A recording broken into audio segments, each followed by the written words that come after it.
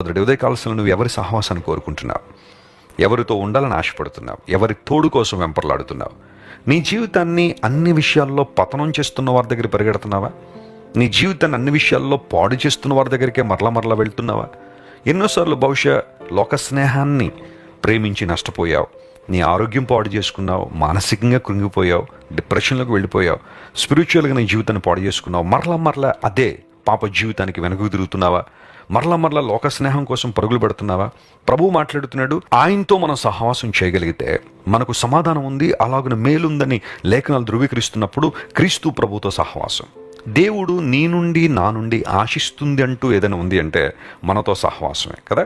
ఆయన తన రూపంలో తన పోలికలో మనల్ని ఎందుకు చేసుకున్నారు అంటే మనం ఆయనతో సహవాసం చేస్తామని, ఒక సంబంధాన్ని కలిగి ఉంటామని.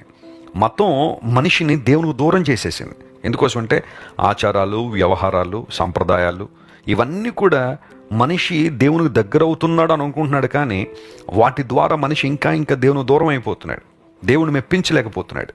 కానీ దేవునితో సహవాసం మనం కలిగి ఉండాలంటే క్రీస్తు ప్రభు ద్వారా మాత్రమే అది సాధ్యం. మన పాపమును ఒప్పుకుని దేవుని రక్తం ద్వారా కడగబడి సమీపస్తులుగా మనం రాగలిగితే దేవునితో మనం సహవాసాన్ని, సంబంధాన్ని కలిగి ఉండగలం. అలా కలిగి ఉన్నవాడు శాంతితో, సంతోషంతో బ్రతుకుతాడు.